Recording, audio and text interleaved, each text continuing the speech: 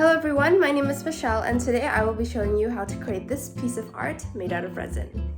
To start off, this is what the setup should look like. Feel free to pause to read the materials.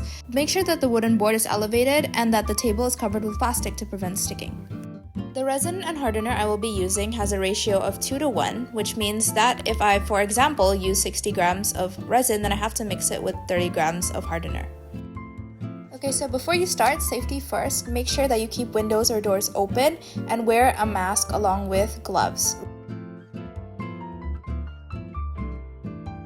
Okay, so scales typically have an on and off button along with a tare button. We're going to use this to measure the 2:1 ratio of the resin. So what you should do is turn on the scale and put the cup on top of it. Then click tare to get rid of the cup's weight and then pour resin into the cup. Here I'm measuring around 30 grams, but that's way too little for the whole board, so you can see me doing this again later in the video. Then we're going to take some resin hardener and then click tare onto the scale to reset it, and then we're going to pour it inside the cup.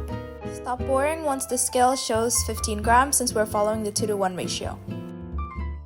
Then mix thoroughly with a popsicle stick. Make sure that it's properly mixed or you will have issues during the curing process.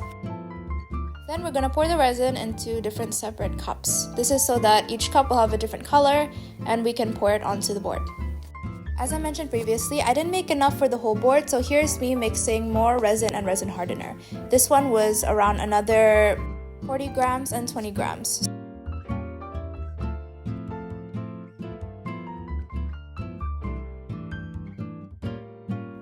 Using a popsicle stick, we're going to take a little bit of the coloring and then mix it into the resin. By the end, you should have different cups with different colors. One red, one yellow, and one black. Out of the three colors, black should have the most as it is majority of the background.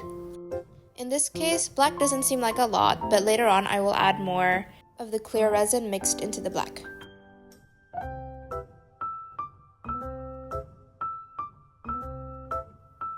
As you can see, here are the results of the yellow and red, and here are the results of the black.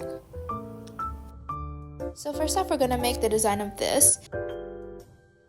We're going to start by pouring the red in a wave-like way while leaving the middle empty for another color. Using a popsicle stick, we can also neaten it up a little bit, filling in some of the gaps and making the waves look neater.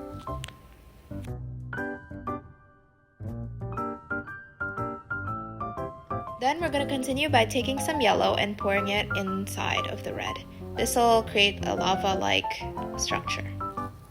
Once more, using popsicle sticks, you can spread it out and neaten it more. Lastly, fill in some black at the remaining areas.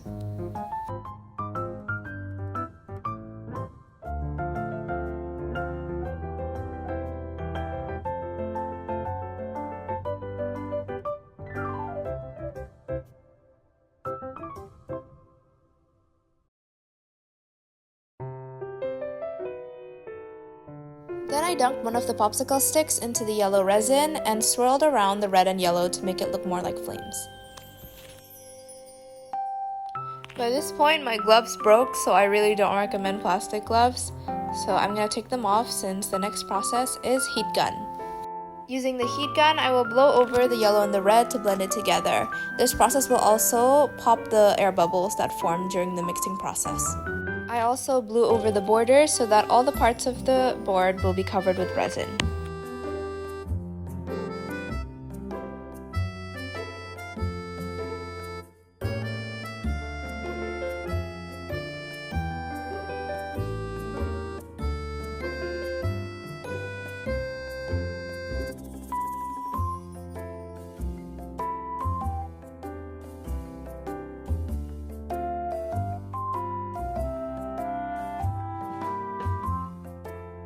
Afterwards, I layered it with more red and blended it together. I blew it over with a heat gun.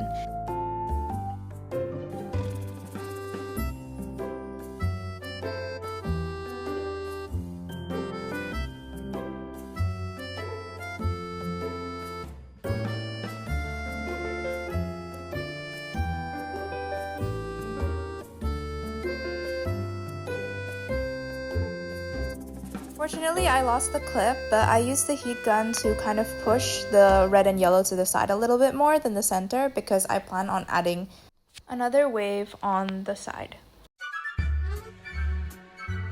Okay guys, I came back with proper rubber gloves, ignore the color. So anyway, I ran out of resin again, so we're gonna create another mixture, just a little bit, around 20 grams of resin and 10 grams of hardener.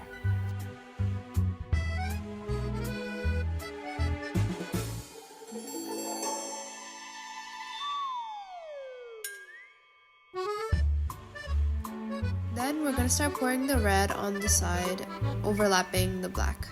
We will then put some yellow as well on the inside. Sorry guys, I'm a little bit sick while I'm recording this, but we basically take the heat gun and then we blend the red and yellow together. You can layer it with more red and yellow if you feel that some of the colors are overpowering each other.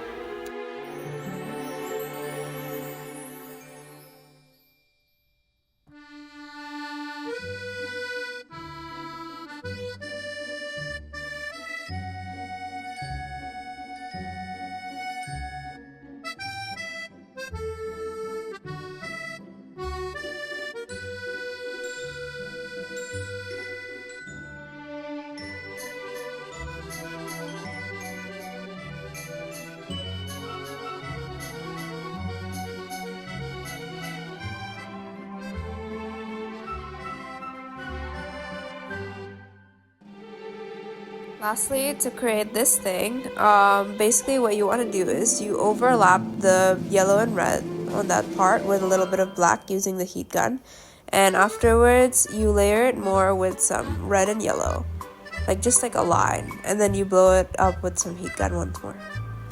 Honestly, this is a little bit difficult, but you have to keep using the heat gun to push the yellow and red so that the black is more exposed. Anyway, you add some glitter on the black parts of the product and your product is finished. You can stop there, but if you want to finalize it more by getting rid of the texture of the glitter and imperfections during the curing process, you can make more clear resin and pour it over the board once the layer below has cured. If you instead don't want to make this just a wall decoration, you can also turn it into a clock. You can do this by adding the numbers and then creating a hole in the middle where you can add the clock hands. I got my mom to help me with this because I couldn't trust myself to put it perfectly in the middle. I didn't get to insert the clock hands yet, but so far this is what it would look like. Thank you for watching.